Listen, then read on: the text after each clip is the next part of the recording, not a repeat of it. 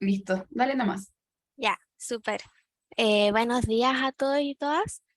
Yo soy Francisca. Voy a presentar primero este paper que se trata de la doble zona sísmica de la zona cerca del Ritz de Juan Fernández, escrito por Marot el año 2013. Antes que nada voy a hacer una breve introducción para definir algunos de los conceptos. Una doble zona sísmica se trata de dos planos de sismicidad aproximadamente paralelos, que se pueden observar en corteza y manto oceánico dentro de zonas de subducción. Estos planos se separan por una zona de baja sismicidad, cuyo grosor va a depender de factores que veremos más adelante. Y luego ambos planos se unen como a una profundidad entre 100 y 150 kilómetros, que vamos a ver también en imágenes más adelante.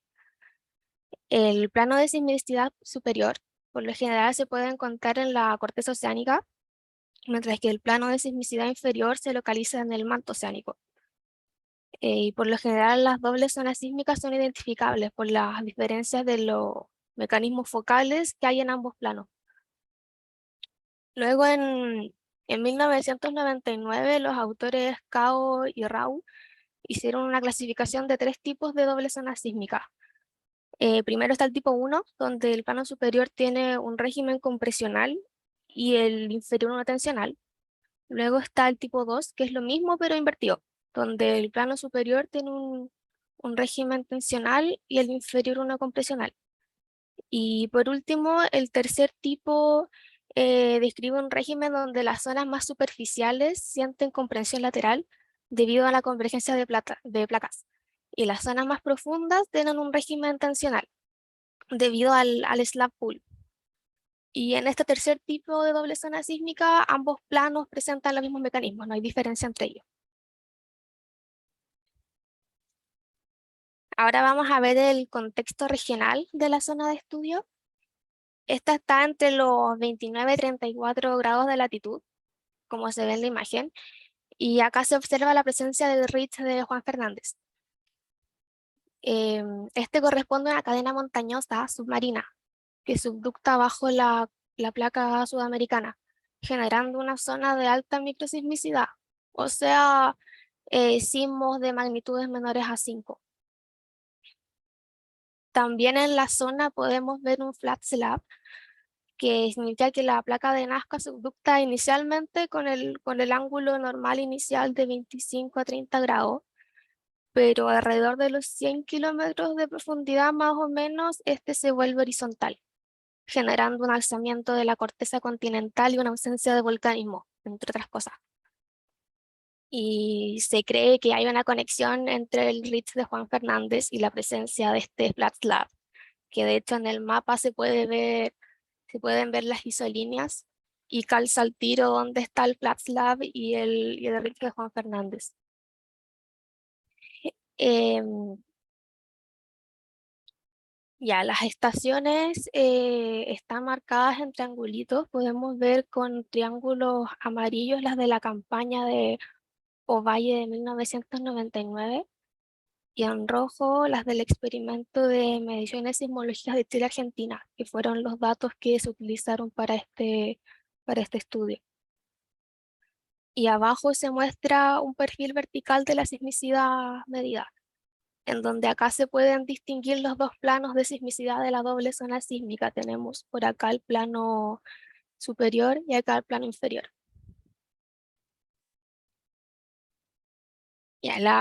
Describiré brevemente la metodología de este estudio.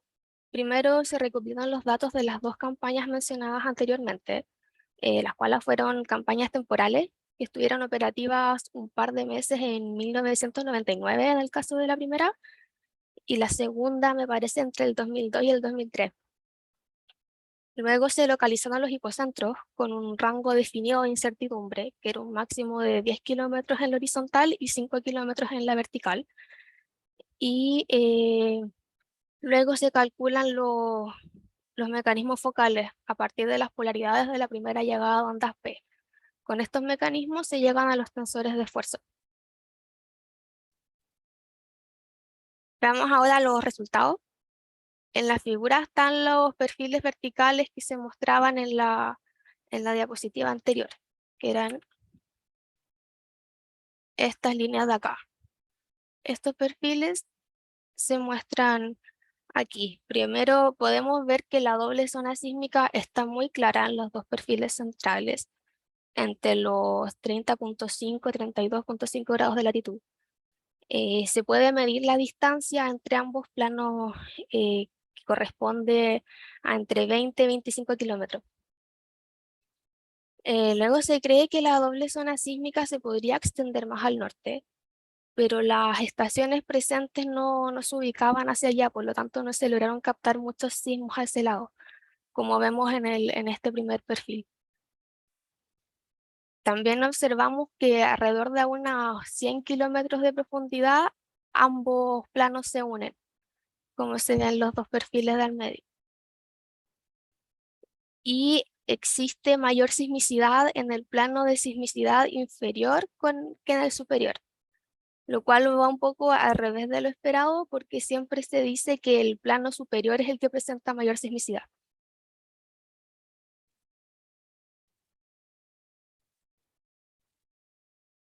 Ya, en la siguiente figura están los mecanismos focales calculados.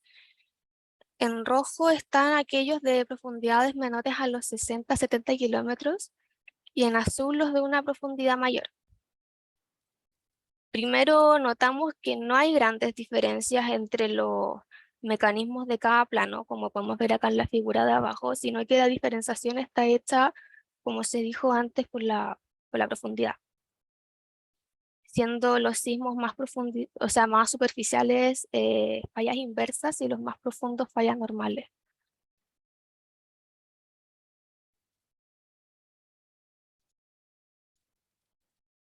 Ahora vemos los tensores de esfuerzo. Notemos que inicialmente se calcularon por separado los tensores de ambos planos, pero esto no dio buenas soluciones, así que se usa un cálculo conjunto de los planos para los tensores. Esto puede significar tanto que o sea, que no hubieron suficientes datos para hacer la diferenciación, o que simplemente en la zona de estudio no existe un régimen de estrés que genere que se obtengan distintos tensores por cada plano. La diferenciación sí se hizo para calcular los tensores en la profundidad. Se calculó un tensor para profundidades menores a los 60 y 70 kilómetros y un tensor para profundidades mayores de los 60 y 70 eh, kilómetros, donde en la superficie hay un régimen compresional y a mayores profundidades un régimen tensional. Ya, ahora vamos a hablar de las discusiones de este estudio. Primero con la información obtenida ya podemos clasificar qué tipo de zona sísmica es. Tenemos que no se presentan grandes diferencias en los mecanismos focales de cada plano, sino que existe una diferencia de profundidad, siendo los 60-70 kilómetros el cambio de régimen. Bajo este límite hay tensión y sobre él hay compresión, lo cual es concordante con una doble zona sísmica de tipo 3. Los límites de la doble zona sísmica son discutibles porque se ve en forma clara entre los 30.5 y 32.5 grados de latitud. Sin embargo, los bordes no están tan claros. Al norte de la zona podría seguir existiendo, pero como ya se mencionó antes, la falta de estaciones hacia el norte no permite obtener una cantidad de datos suficientes para poder notar el plano, o sea, el plano de sismicidad inferior, por lo cual no se sabe hasta dónde llega hacia el norte. Y hacia el sur se presenta una zona de muy baja sismicidad por corresponder a una transición entre un régimen acrecionario y uno erosivo. Por lo tanto, esto también puede estar escondiendo la presencia de una doble zona sísmica. Luego, la distancia entre los planos es un poco conflictiva con lo esperado, porque esta es de una distancia de 20 a 25 kilómetros, cuando estudios acerca de dobles zonas sísmicas predicen un grosor de alrededor de 6 kilómetros para la zona estudiada.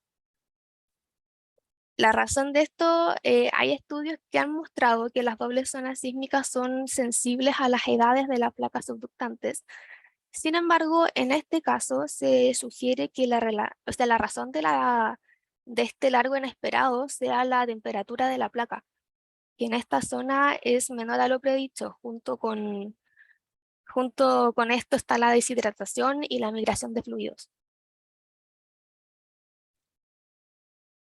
Según varios estudios citados por los autores, las reacciones de deshidratación pueden explicar la presencia y caracterización de las dobles zonas sísmicas. En nuestro caso, pucha, hay unas características que se explican por estas reacciones, que como dice acá es la distancia más larga de lo esperado entre los planos. Está la unión de ambos planos con la profundidad y también una sismicidad bajo la fosa a los 40 kilómetros de profundidad, que también se muestran en este caso. Em, y la mayor sismicidad en el plano inferior indica que acá existe mayor hidratación que en el plano superior, y por lo tanto la litosfera oceánica debe estar hidratada, al menos a los 20-25 kilómetros, que es donde comienza el plano inferior. Y esto también confirma que alrededor del plano superior existen reacciones de deshidratación y o de migración de fluidos. La batimetría de la zona revela que el outer rise está altamente fracturado, y la velocidad reducida del manto superior indica que la placa de Nazca ya está hidratada antes de este punto. Entonces, alrededor de los 60-70 kilómetros, que es el límite entre el régimen tensional y compresional, los mecanismos focales sugieren que las fallas del outer rise se reactivan. Finalmente, la deshidratación de los minerales encontrados está ligada a la presencia de un plano inferior y a la distancia entre planos. En este caso, la descomposición de clorita es la que más calza con el modelo que observamos, y esta es controlada por un régimen termal. Así que eso, ahora para concluir y resumir un poquito la presentación, vimos que se presenta una doble zona sísmica de tipo 3 en la zona central de Chile, en el área estudiada, que presenta una distancia inusualmente grande entre sus planos. Y como ya explicamos, se puede dar por la estructura termal inusualmente fría, que lleva a una descomposición de clorita y que genera estas características no esperadas. La deshidratación, migración de fluidos y debilidad local ayudaría a la generación de terremotos, pero sería el ambiente tectónico el que controla la orientación de estos. Y con esto concluye mi presentación. No sé si hay preguntas. Sí. ¿Puedes resumir qué son esas zonas de subducción tipo 1, 2 y 3? Claro, a ver, déjeme devolverme, la tengo acá. Al final la zona, es el tipo de doble zona sísmica de tipo 1 muestra compresión en el plano superior y tensión en el inferior. Eso significa que si viéramos los mecanismos focales, acá veríamos que habría una diferenciación, a casi diferencia por profundidad. Pero si fuera de tipo 1, veríamos que a lo largo de todo este plano superior habría un régimen y en el plano inferior uno distinto. Y el tipo 2 es lo mismo, pero al revés. Tensión en el superior y compresión en el inferior. Ya. Oye, Francisca, en esa misma figura anterior, la de los mecanismos focales, ¿es que puedes volver? Claro, Esa. Bueno, ahí mencionas que predominan las fallas de tipo normal, ¿cierto? Eh, según tu criterio, ¿cuál crees tú que es el proceso geodinámico que en el fondo explica por qué a profundidades intermedias uno ve como predominancia de fallas normales? sería el slab pool. Pero ¿Sí? no sé qué otras cosas pueden pasar entre medio, pero lo predominante, al menos En el lado superior tenemos claramente el choque de placas que genera fallas inversas. Y luego más abajo tendríamos el slab pull, que es como el manto tira, entre comillas, por falta de una mejor palabra, la placa subductante, lo que genera fallas tensionales. Al menos esto es lo que se ve en este estudio, en este caso. Sí, también estoy de acuerdo con eso, de hecho es lo que mencionaban los autores. También hacían enfoque en la presencia del RITS de Juan Fernández, que de alguna manera genera como una especie de flotabilidad en la placa o en el slab, Ah, versus, claro. claro, y versus la carga que hay como en la parte cortical superior, que hace que esto también como que englobe un régimen más bien tensional. Entonces, según la autoría, esto también era como el contexto para entender por qué predominan las fallas normales en profundidades intermedias. Pero bien, gracias. Pero sí, Sí. pero eso de predominar, eh, entre comillas, sí, porque están bien localizadas las fallas normales, ¿o no? Están en un dominio, ¿o no? O están coexistiendo con las fallas inversas. En este caso hay un límite de profundidad, ¿Y ahí cuál es? alrededor de los 60 y 70 kilómetros, como se ve acá. ¿Y qué pasa? ¿Y ahí Tenemos, dónde están las normales? ¿Arriba o abajo? las normales están abajo. Están abajo. Abajo está el régimen tensional y las inversas acá arriba, arriba de ese límite. Y eso se mantiene si nos vamos hacia el este, Al este eso, de la... en la dirección este. O sea, sí, porque eso tú lo muestras según tu cursor a los 71 grados, pero si me voy más hacia más profundo, sigue siendo compresional arriba y tensional abajo. Ah, así como seguir clasificando los sismos que están acá. Sí, La verdad es que acá yo estoy como adivinando, yo me imagino que sí, pero la verdad es que en el estudio no se menciona explícitamente lo que pasa por acá. ya. Y esas fallas inversas son de contacto o son intraplaca. Em, las de acá me imagino que son de contacto. Mm. ¿Y por qué sacar Tampoco, la zona sismogénica? O sea, las dobles zonas sismogénicas. Tú dijiste que la zona sismogénica, o sea, tenemos dos planos, ¿cierto? claro, Y claro, estos se unen como a los 100 kilómetros acá, se deja de ver esta división. eso. Em, una de las razones, como se viento, esto es una característica ay, de la descomposición de clorita. Genera que la zona de abajo y la de arriba estén más hidratadas, pero por características termales, a los 100 kilómetros ya se deja de tener este efecto. Por lo tanto, ahí ya no existe una división de planos y se deja de ver la doble zona sísmica que se estaba estudiando.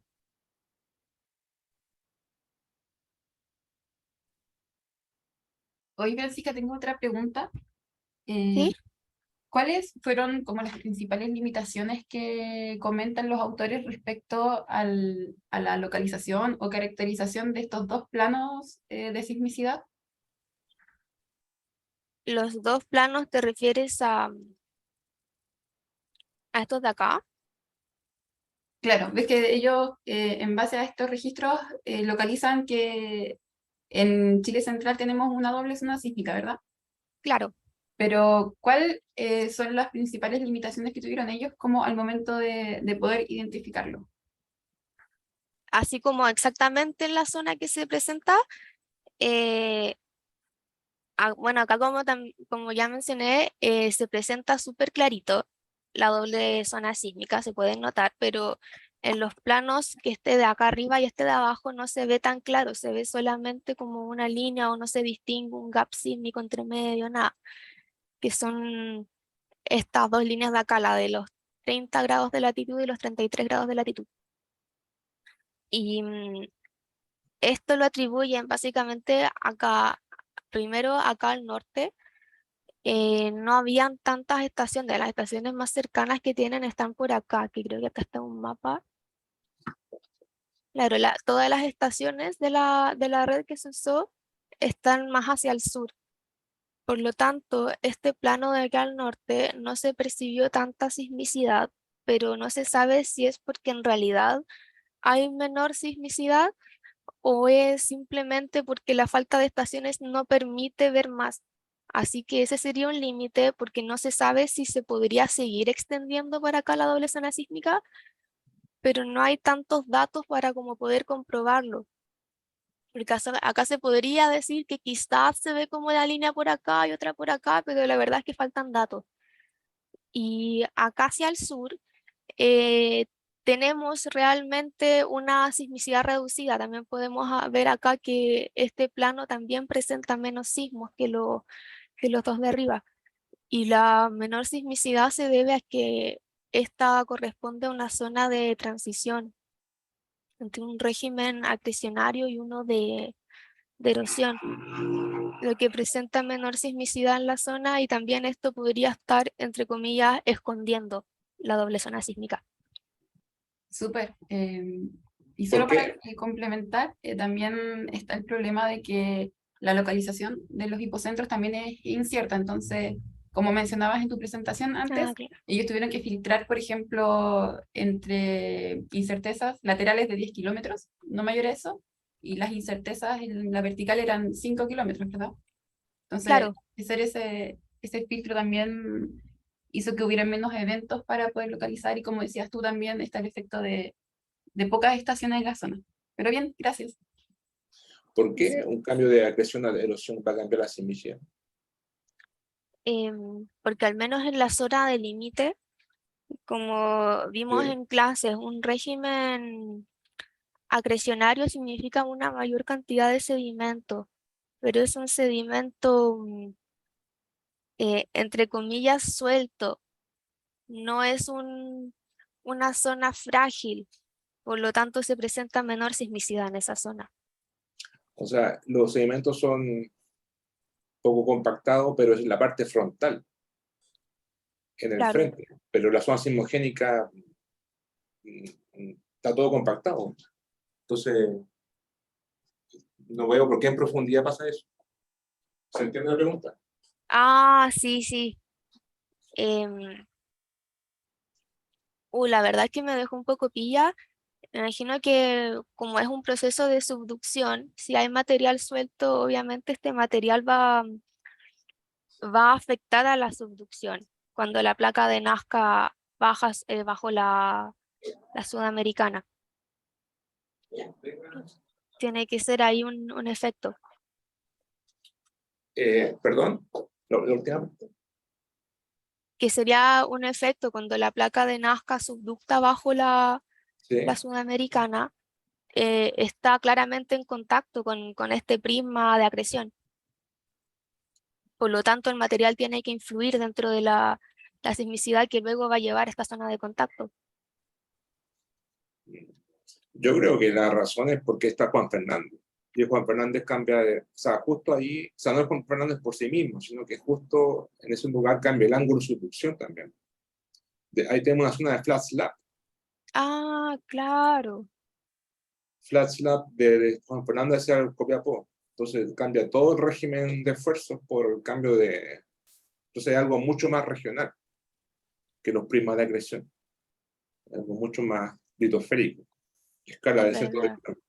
Se puede ver acá muy bien el límite entre una zona de alta sismicidad, Claro, se ve muy densa la sismicidad acá y acá cambia completamente, habiendo una cantidad de estaciones igual buena para percibir todos los sismos. claro. Pregunta de los estudiantes presentes.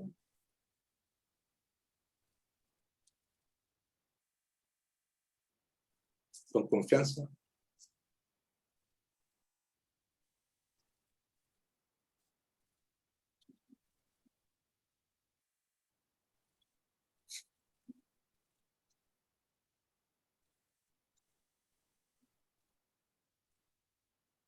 Profe, ¿Sí? yo tenía una pregunta, no sé si es muy patúo, así que la presentadora pregunte. Em, pero leyendo el paper, ¿Mm? siempre se mencionaba que en este primer plano, el plano superior, se presenta una mayor sismicidad y también mayor cantidad de sismos de menor magnitud. ¿No podrá haber sido esa conclusión como como una razón por parte de que sismos de menor magnitud serán más identificables cuando suceden más cerca de la superficie? Bueno, eso es una pregunta técnica eh, Claro, de, de percepción o capacidad de registro de los instrumentos para distinguir algo, o sea, registrar sismos pequeños, eh, aunque igual tiene sentido un poco en el hecho de que si es más profundo, eh, claro, tiene que ser grande para registrarlo, claro, o sea, es instrumental, pero puede ser también que en la parte superficial hay más fluido, entonces cuando hay fluido o heterogeneidad, generalmente ahí se producen sismos pequeños, ¿ya? Y la parte más profunda es más homogénea. Entonces, cuando es ya, más homogéneo, es más, eh, son grandes pedazos de roca, pues, por decirlo de una forma. Entonces, son eventos más grandes. Entonces, puede ser también, ¿ya?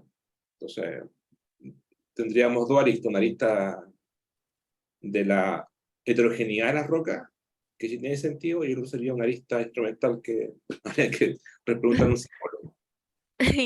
ya, muchas gracias, profe. Eh, entonces, la doble zona sismogénica sería un plano sismogénico, de contacto, y el otro, para que quede claro, el otro es por deshidratación del manto en la corteza oceánica. Ya es normal, ¿cierto? Son fallas normales según este estudio, el plano inferior. Claro, Y después, bueno, también uno puede decir que en profundidad también la zona sismogénica, la doble zona sismogénica no se puede distinguir por los instrumentos. También una pregunta para un sismólogo, eso, sismóloga. Sí, claro, sí, la misma razón que yo preguntaba antes. claro. Posible. Eh, o puede ser el hecho de que,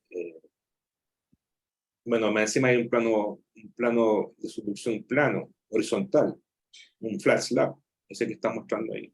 Además, entonces, hay, hay, hay digamos, no hay piña atmosférica ahí, es placa Claro. contra placa, de nuevo.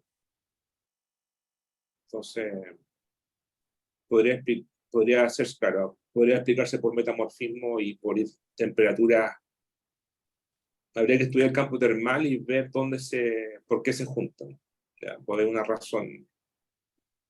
razón, porque lo importante para que se deshidrate son las condiciones de presión y temperatura. Una vez que se alcancen las condiciones para cada roca tiene su propia presión y temperatura a la cual se deshidrata. Una vez que se alcanzan esas condiciones, se deshidrata, el agua se va y la roca queda con los poros abiertos, digamos, y es más fácil romperla. Por eso hay son así homogéneas en la parte superficial.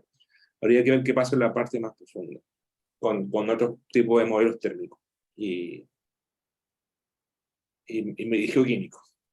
¿Ya? Bueno, si no hay preguntas, Nicole, otra pregunta, ¿no? Tengo una pregunta, pero ¿Ya? para quien la sepa, o sea, yo no tengo idea de la respuesta. Em, Como mencionaba Francisca, esta zona tiene como una separación entre los planos anómala que es bastante grande. Entonces, como uno ve en las figuras, se ve como una zona en blanco, digamos que sin sismicidad. Pero me cuesta entender como qué está pasando ahí entre medio para que no haya sismicidad. O sea, como cuál es la condición de los esfuerzos en ese lugar. No sé si se refieren a algo ahí en el estudio, como ¿qué es lo que induce que en esta parte, entre los planos, no hayan eventos? Esta zona de acá, Claro, por ejemplo ahí.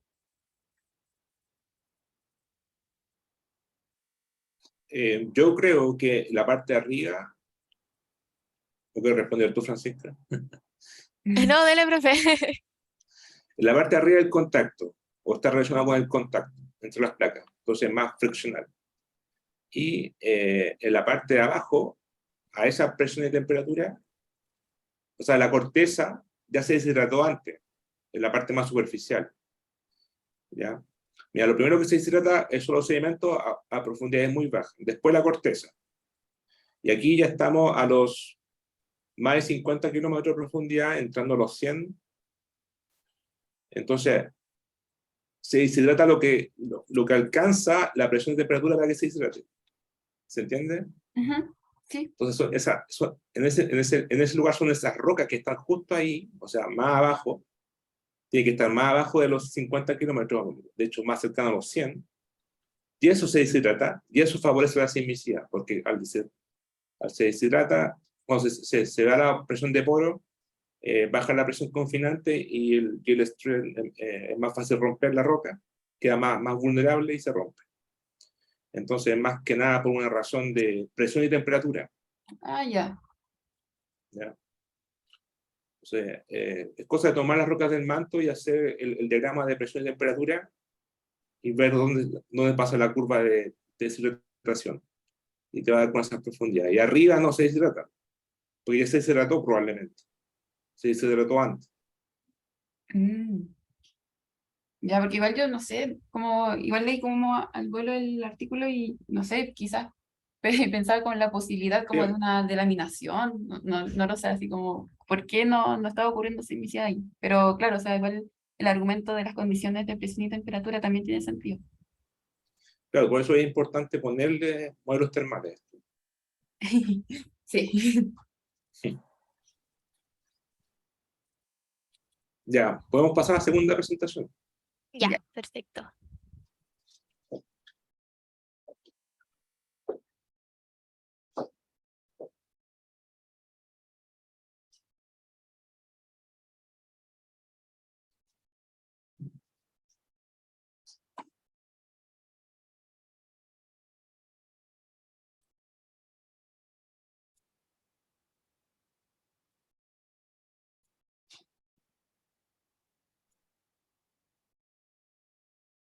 Ya. Ahora voy a presentar este segundo paper que se trata de un estudio del terremoto de Illapel del año 2005. Estando el título acá, escrito por Carrasco y más autores el año 2019. Ya, este paper, como bien dice su nombre, trata acerca del terremoto de Illapel, donde se busca investigar a detalle el proceso de ruptura de este terremoto y también hacer un análisis de la sismicidad cercana. Eh, bueno, este ocurrió un 16 de septiembre del año 2015 con una profundidad de alrededor de 25 kilómetros y una magnitud de 8.4. Antes de este terremoto, los últimos megaterremotos en la zona ocurrieron en los años 1880 y 1943. Después de este último terremoto, el área quedó catalogada como un gap sísmico por la falta de sismicidad de gran escala. Y durante este periodo intersísmico, los eventos que ocurrieron fueron en mayor parte terremotos interplaca, con unos pocos siendo intraplaca. En este estudio se busca entender mejor la cinemática de la ruptura de la falla y también la relación que tiene con la tectónica local. Acá vemos en la imagen la sismicidad de la zona. Eh, Esto fue hasta el 15 de septiembre del 2015, por lo tanto esta es la sismicidad un día antes del terremoto. Observamos que, como se dijo antes, la gran parte de la sismicidad corresponde a terremotos de tipo inverso que ocurren al contacto de placas, o sea, terremotos interplacas. También vemos acá al lado el largo de falla de los últimos grandes terremotos ocurridos en la zona. Vemos acá que en esta misma zona está claramente, como se decía, el terremoto 2015, el del 43 y de 1880, y ya después pegándose un salto a 1730.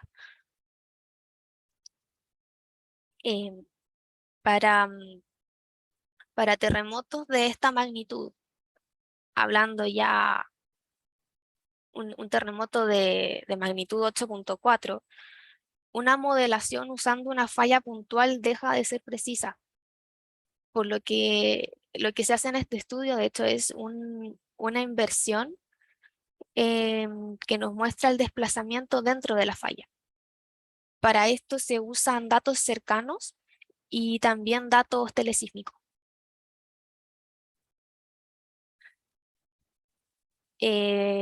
Acá está la configuración tectónica de la zona dentro del área de estudio, que es la misma zona del paper anterior.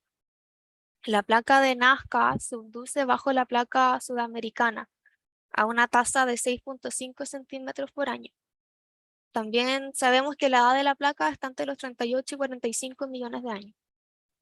La tectónica está muy influenciada por la colisión del Ritz de Juan Fernández, que ya define en la presentación anterior, y también en la zona podemos ver la misma transición del régimen acrecionario en el sur a uno erosivo hacia el norte. En el área del Outer Rise podemos ver que acá hacia el norte hay un montón de fallas extensionales que son paralelas a la línea de fosa. Estas son generadas debido al curvamiento de la placa de Nazca antes de subductar. Sin embargo, más hacia el sur vemos que las fallas se rotan un poco hacia el este en orientación, lo cual es muy probablemente efecto del Ritz de Juan Fernández. Otro punto de interés también es que tenemos acá la zona de fractura de Challenger, que choca con la fosa acá como a los 30 grados de latitud. Y por último, para ver en la zona, vemos acá con línea punteada que existe un sistema de fallas corticales que se ve acá hasta los 32 grados de latitud. Este sistema de fallas se llama Romeral, la silla del gobernador, y es una extensión hacia el sur del sistema de fallas de Atacama.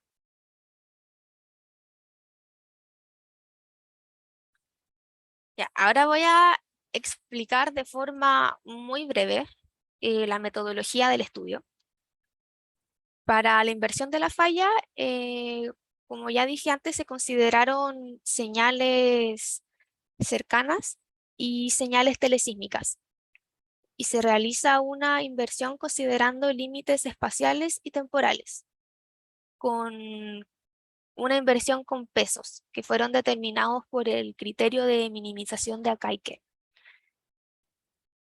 Las estaciones cercanas usadas corresponden a la red del Centro Sismológico Nacional y se localizan a menos de 300 kilómetros de la fuente. Luego, los datos telesísmicos se obtuvieron de la página de IRIS a distancias entre los 30 y 90 grados, eligiendo estaciones con una buena cobertura simutal.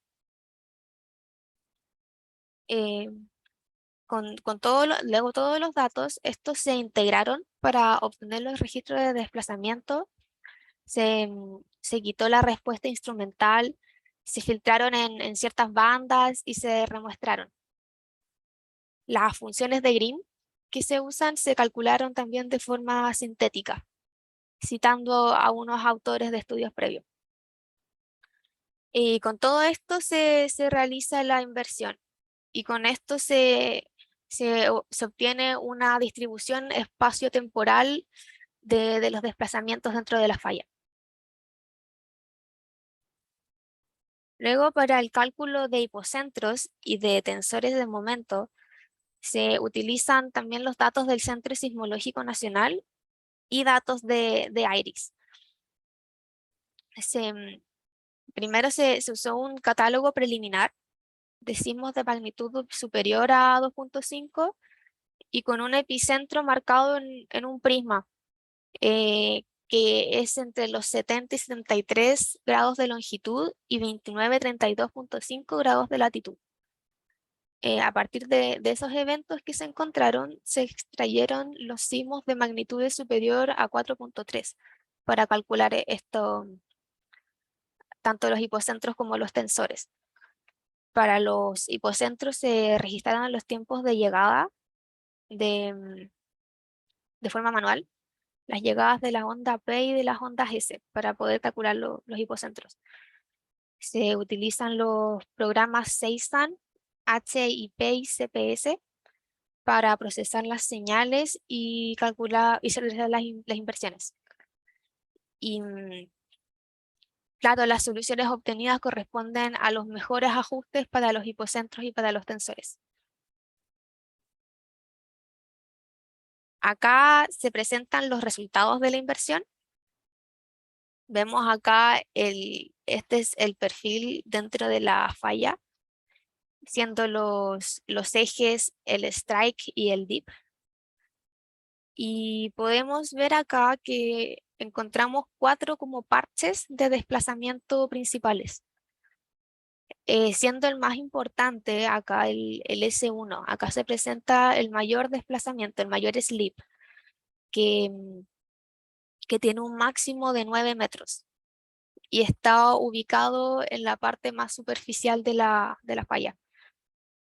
Luego tenemos la zona S2, que está un poquito más abajo, pero sigue estando al norte este es el hipocentro, y presenta un desplazamiento máximo de 6 metros. Luego está la zona S3, justo abajo del hipocentro, con un desplazamiento máximo de 2 metros. Y la zona S4 con un desplazamiento de 4 metros y también una posición superficial. Vemos acá en este otro gráfico que el evento duró alrededor de 120 segundos. Y podemos ver que la mayor concentración de momento está entre los 60 y 70 segundos.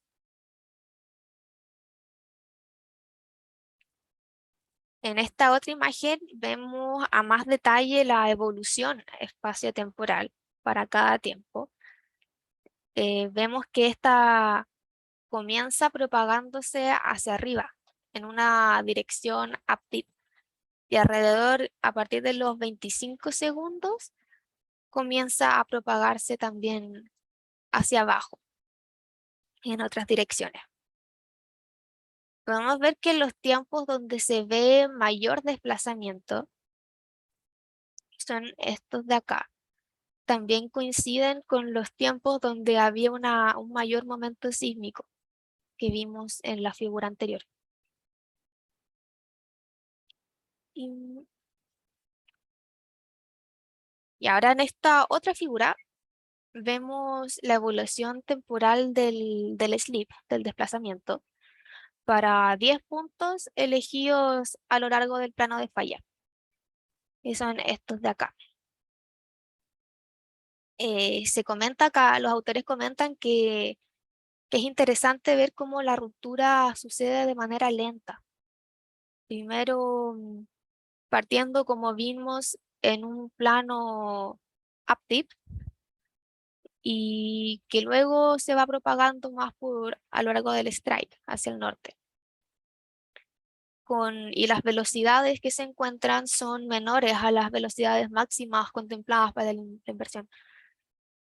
Y se calcula para estos puntos la velocidad promedio de ruptura y se encuentra que las mayores velocidades son las cercanas al hipocentro y que a medida que sube la ruptura y que se acerca más a la superficie, estas velocidades van bajando.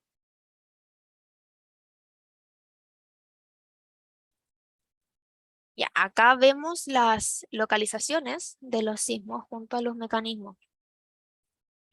Se obtuvieron 222. Hoy no saqué esto, mil disculpas. Ya, pero se obtuvieron 222 tensores de momento, donde la mayoría corresponden a eventos después del evento principal. Me parece que eran como así 170 eventos después y como 50 antes. Y en la figura podemos ver, se hace una clasificación de los distintos sismos. Se clasifican en 5 tipos. Podemos ver en azul los sismos interplaca, que son los que están claramente en mayor cantidad, y estos se dividieron también en varias partes, siendo uno de los más importantes el A1, que se presenta a un radio de 30 kilómetros alrededor del epicentro. También se identifican otros clústeres de sismos interplaca, que sucede que coinciden acá están con los parches de mayor desplazamiento. Los lugares de mayor slip coinciden con estos clústeres de sismicidad interplaca. Luego tenemos en amarillo los sismos outer-rise, que también vemos que se dividen en 2 grupos. Y estos se dividen más que nada por la orientación de los mecanismos.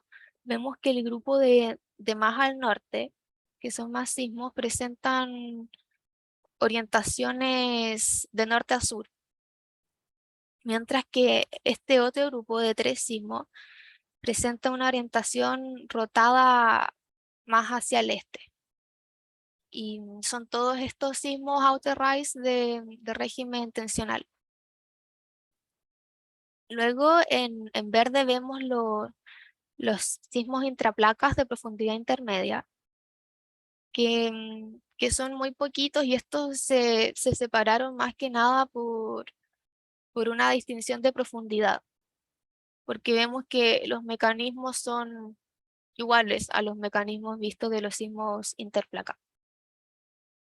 En magenta tenemos estos solamente 2 sismos corticales, y en rojo se marcan sismos atípicos, que significa que son sismos que presentan un mecanismo no esperado para la zona. Podemos ver que todos los sismos interplaca tienen un régimen compresional, y estos sismos rojitos que están en la misma ubicación que los sismos interplaca presentan un régimen tensional, y por eso se les marcó como anómalos. Ya, la discusión. Podemos ver que el modelo final presentado es un modelo bien heterogéneo en sus desplazamientos, y muestra que el desplazamiento principal de este sismo está hacia al norte del hipocentro. Y esto igual concuerda con estudios previos que citan los autores. El slip máximo, que fue de 9.34 metros, que vimos más adelante, también concuerda con otros modelos de slip para este terremoto citados por los autores. Pero igual se presentan diferencias con otros de los modelos citados, como es la presencia de, por ejemplo, un parche al sur del hipocentro, que es este parche de acá. Este no se presenta en todos los modelos, se presenta acá, y se cree que la diferencia de los modelos se debe a por los datos considerados. Todos los modelos que fueron o sea, hechos con mediciones de datos estáticos, o sea, datos de estaciones GNSS, no presentan este parche y se cree que esto puede ser un error de cálculo, ya que en la zona las estaciones están muy separadas entre sí en la zona de estudio, lo que puede generar errores en la calidad del modelo. Luego vemos las velocidades promedio de ruptura de los puntos que también mostré anteriormente. Estas también concuerdan con valores de estudios previos hechos por otros autores. Y las velocidades que se obtienen en el parche principal iban de un rango de 1.8 y 2 kilómetros por segundo del parche principal de desplazamiento. El modelo de velocidades se ve también, como mencioné antes, que es mayor en el hipocentro y comienza a disminuir los valores a medida que se acercan a la superficie, que es un comportamiento que también se ha observado en otros megaterremotos. Me parece que en uno en Sumatra se vio esto, y bueno, en otros más que los autores comentan. Y luego se puede ver un cambio abrupto en la inclinación de los mecanismos de los sismos al mirar el plano vertical, que me parece, acá está. Vemos acá que hay dos tendencias de inclinaciones, hay un cambio abrupto, como alrededor de los 20 kilómetros de profundidad. Esto lo explican con estudios que dicen que puede ser una variación topográfica de la placa de Nazca y que esta podría actuar como barrera para la propagación up-dip de rupturas. Sin embargo, en este modelo en específico se ve que esta discontinuidad no tiene tanto un comportamiento de barrera, sino más como un comportamiento de aspereza.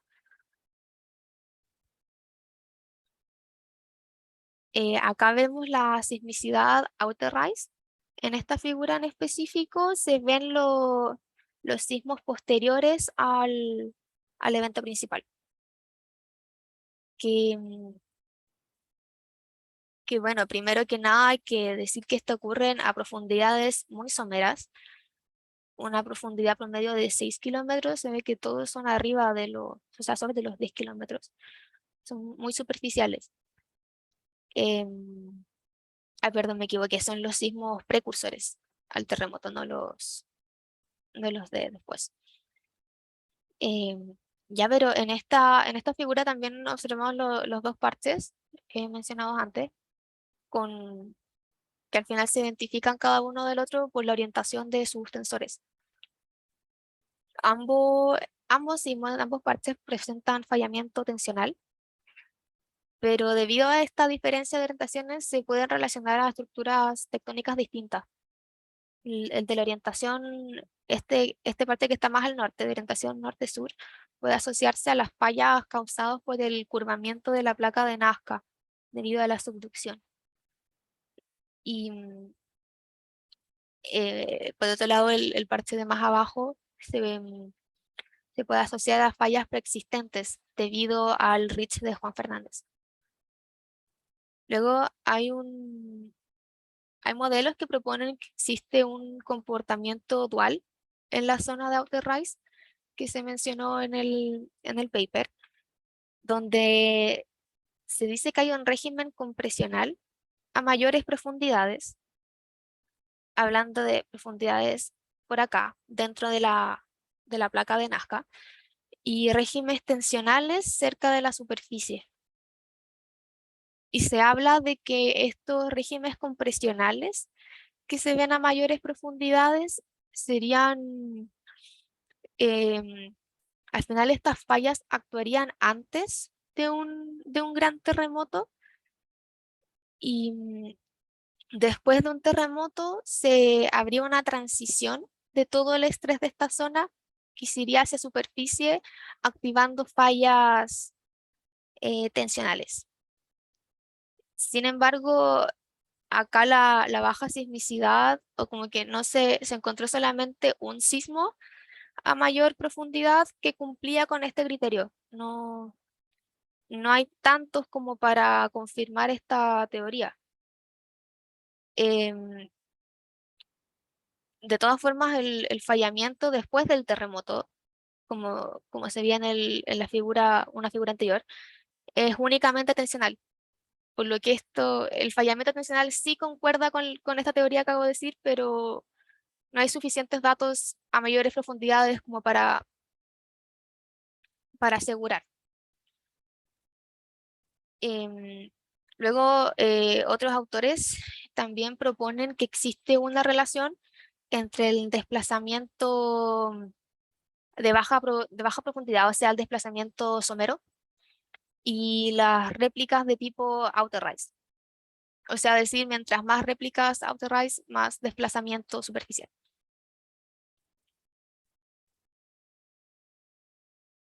Ya en esta otra figura vemos los eventos corticales que se presentaron luego de ese terremoto, que fueron solamente dos. Em, el primero de tipo extensional, que se ve justo acá, ocurrió 2 días después del evento principal, como ya más para la costa. Y el otro, de tipo compresional, ocurrió a los 21 días después del terremoto. Ambos son muy cercanos a la ciudad de Coquimbo.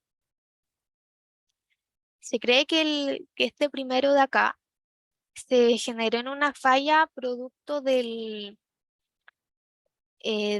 colapso gravitacional del Antártico externo debido a la subducción. Esto puede explicarse por la presencia de la fractura de Challenger, que sería un debilitador de la zona. También hay evidencia de sismos anteriores, también extensionales, por esta misma zona que apoya esta teoría. Luego este otro sismo ocurre a una profundidad de 18 kilómetros y este es un poco más interesante porque ocurre justo donde está el sistema de fallas, las fallas de Romeral en la silla del gobernador, que era, como ya dijimos, una extensión de las fallas corticales de Atacama. Así que este terremoto está asociado a este sistema de fallas. Y también existe evidencia de otros sismos que indican o sea, que tienen un mecanismo similar y una ubicación a lo largo de estas fallas, por lo que esto confirma que esta falla está activa y que sería una amenaza para las ciudades de La Serena y de Coquimbo. Ya de nuevo para concluir la presentación, voy a recapitular rápidamente todo lo visto. En este estudio se trabajaron con datos locales y telesísmicos para estudiar la ruptura del terremoto de Illapel y también para analizar la sismicidad asociada. Se generó un modelo de slip cosísmico generado y este muestra que la ruptura se extiende desde profundidades como desde la profundidad del hipocentro hacia la superficie, con un desplazamiento máximo de 9 metros. Los valores de la velocidad de desplazamiento muestran que estas son mayores cerca del hipocentro y luego va disminuyendo mientras se acerca a superficie. Luego se generaron los mecanismos de 220 eventos, 222, perdón, revelando una gran cantidad de sismos interplaca acumulados en las zonas de mayor desplazamiento. Se encontraron dos tipos de sismos outer-rise, unos asociados a las fallas por el curvamiento de la placa de Nazca y otros asociados a las fallas por la deformación del Ridge de Juan Fernández. Estos fueron todos someros y de tipo extensional. Y luego, por último, se encontraron dos sismos corticales, uno asociado a la transferencia o sea, al colapso gravitatorio de estructuras por el estrés transferido del terremoto, y el otro asociado a la extensión al sur de la falla de Atacama, que consiste en una amenaza para las ciudades cercanas. Y con esto termino. No sé si hay preguntas. Sí, eso de la distribución de las réplicas, ¿cómo se dónde se distribuyen y cómo se correlacionan con el máximo en sleep. Claro, acá vemos la zona del máximo sleep es por alrededor de acá. Como vemos todas los parches, se genera, o sea, divide en varios parches de desplazamiento. O sea, no de desplazamiento, perdón, de clúster de sismos interplaca. Y cada uno de estos clústeres se puede asociar a una de las zonas de mayor desplazamiento cosísmico. Como se veía en esta figura, no está claro, está mejor en esta figura de acá, en estos parches. Em, y claro, la distribución de sismos acá que se ve en planta coincide con los mayores desplazamientos, se ubican en esos sectores. Ya, o sea, se van al este. Claro, ¿Y por qué razón crees tú que las réplicas no cubren la región de máximo sleep? en esta de acá, ¿Mm? Porque máximo sleep está ahí, ¿no? ¿Dónde está el...? claro, se puede asociar a toda esta zona de acá. Igual hay mucho sismo en la zona por acá, que igual indica un desplazamiento grande, un desplazamiento alto de las zonas mayores. ¿Pero el máximo dónde está? Pero claro, está acá al máximo, este Claro, desplazamiento de 9. claro. Lo mismo pasa con el Maule. Este es el Quillapé. En el Maule pasa lo Claro, mismo. Los eventos, o sea, las réplicas, tienden a irse a las regiones de menores sleep. O, no, o cubren, o al revés, cubren la región de máximo sleep. La rodean, la rodean. ¿Alguna idea de por qué pasa eso? o la verdad es que no recuerdo cómo se explicaban en el paper, si es que lo explicaban, Ya. pero me parece que puede ser un tipo de acoplamiento o de transferencia de tensión debido ¿Mm? al gran movimiento. ¿Mm? O sea, claro, en el máximo sleep ya se liberó toda la energía, se deslizó todo. Entonces, lo que queda por romperse son los bordes. Por eso Ah, claro. es bastante común este comportamiento en los terremotos de interplaca. Y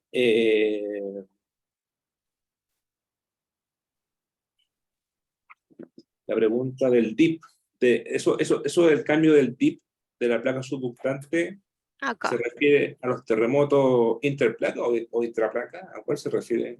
A los interplaca. Ah, Sí, entonces cambia. al Ya. final los intraplaca que se encontraron son solamente estos tres. Entonces los cambios de dip de los interplacas se explican Em, Se cree que era por parte de la topología de la placa de Nazca, que esta presentaba esta discontinuidad. La razón de... topografía, Ah, topografía de la placa Nazca. Clara, no se explica, se menciona más. Un Yo creo estudio que más dice que la hay geometría, una... yo diría la geometría de la placa Nazca. Eso, la geometría, perdón. Ya. ¿Alguna pregunta de ustedes? Francisca, en esa misma figura, Ahí, vemos... ahí está el latín, está en latín. Perdón, se me, se me pasó esto. Ya. Ah, es como el que viene integrado en el template, ¿cierto? Sí, venía Ah, en el template. yo tenía una pregunta. ¿Sí? En esta misma figura vemos en la parte más como a celeste dos zonas de sismicidad, que son las amarillas caracterizadas como outer rise. ¿Tú nos podrías Claro. como mencionar un poquito cómo es el proceso que gatilla la ocurrencia de esos eventos o más bien qué está sucediendo en la placa que hace que ocurran esos eventos ahí? Lo que se menciona en el paper, bueno, también se mencionaba esta teoría de de que hay una relación entre el desplazamiento somero, que también vemos que está en esta zona hay gran desplazamiento, se relaciona el desplazamiento somero con la generación de sismos outerrise. Em, También lo otro que se decía, no sé si va por ahí tu pregunta, pero también se hablaba de este mecanismo que se había visto en otros estudios, que habla de que existe dentro de la placa subductante, de la placa oceánica, sismos de tipo compresional a mayores profundidades antes de un terremoto y que luego, debido a al terremoto principal, existe una transferencia del estrés de la zona, como que el estrés deja de concentrarse en la parte baja de la placa y se va hacia la parte superior, que en este caso como que no existe tanta evidencia de sismicidad profunda en la zona de Outer Rise, pero aún así como que los autores les gusta esta teoría porque se ven que acá los terremotos Outer Rise son muy superficiales, muy someros, tenían unas profundidades promedio de 6 kilómetros. O sea, son muy someros y de tipo extensional. Así que se habla que es eso, el gran terremoto hace que el estrés de la placa se transfiera a la zona superficial. Súper, entonces tenemos ahí una razón, ¿cierto? Que es la transferencia de estrés a partir de este evento principal que hace que se reactiven como ciertas fallas en el outer rise. Claro, Pero como más como el más típico del mecanismo, digamos que en términos de la materia del curso, como qué le está pasando a la placa justo ahí. acá es donde ocurre el curvamiento por la Claro. subducción. ¿Y qué pasa con eso? Como, ¿por qué ocurrirían esos eventos ahí? Esto de acá, como te refieres en una localización longitudinal o de latitud, como por qué Em, ubicación. Sí, o sea, más que nada como esos eventos outdoors que están como a una cierta posición que es relativa a la fosa, ¿cierto? Claro, Entonces, mi pregunta es como, ¿cuál o cómo es el nombre del proceso que está experimentando la placa ahí que genera que se desencadenen estos eventos?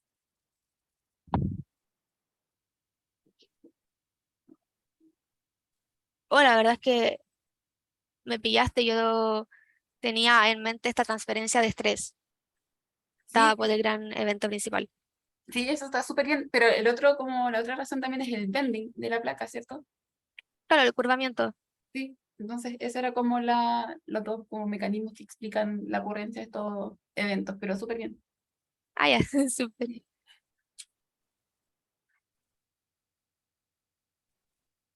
¿Alguna otra pregunta? Oye, Eh, Fran, ¿nos podrías como resumir los principales rasgos, ya sea como la placa de Nazca o la sudamericana, que los autores usan como para explicar un poco como la ocurrencia de los distintos tipos de sismicidad? Y ¿De todos los sismos? sí, los que tú quieras, menciona unos tres quizás, como rasgos geomorfológicos o batimétricos que se asocian a la ocurrencia de ciertos eventos. Eh, claro, primero está bueno, en el caso de los sismos corticales, esto lo expliqué a más detalle, se cree que este que ocurrió acá, fuera de la costa, justo está en la intersección donde está la fractura de Challenger, Ujú. generando un debilitamiento de la zona. Se cree que esa es la razón de que haya ocurrido este sismo. Mientras que este otro sismo de acá ocurre debido a la extensión de las fallas de Atacama, las fallas corticales, que se cree que hay varios sismos que indican que estas fallas están activas. Em, Luego tenemos obviamente el efecto del Ritz de Juan Fernández, que vemos con estos sismos corticales de acá que genera fallas con una orientación distinta al norte en este parche del norte. genera unos sismos que están más orientados hacia el este. Por lo tanto, esto igual genera un efecto en la sismicidad de la zona. Y luego otra característica, como mencionaba el profe, es la geometría de la placa de Nazca, que, que subduce, que acá vemos que hay un quiebre alrededor de los 20 kilómetros en la orientación de los mecanismos focales de los sismos interplaca. Esa Súper. genera otro. Ya, Muchas súper. gracias, Fran. ¿Alguien más que quiera hacer alguna pregunta, dudas que tengan respecto al estudio?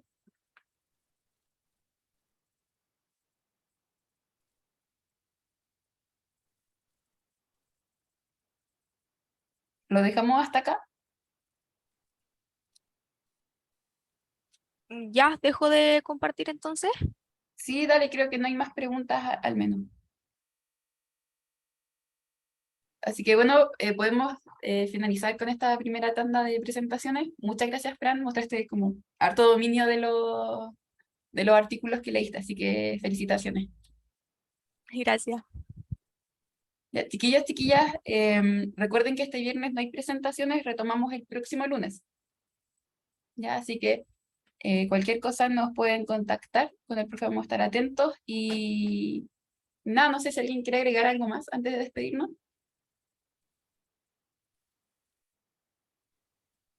Ya, perfecto, entonces todo bien. Ya, cualquier cosa nos contactan. Nos vemos, que tengan buena semana. Chau, chau. Chao, nos vemos.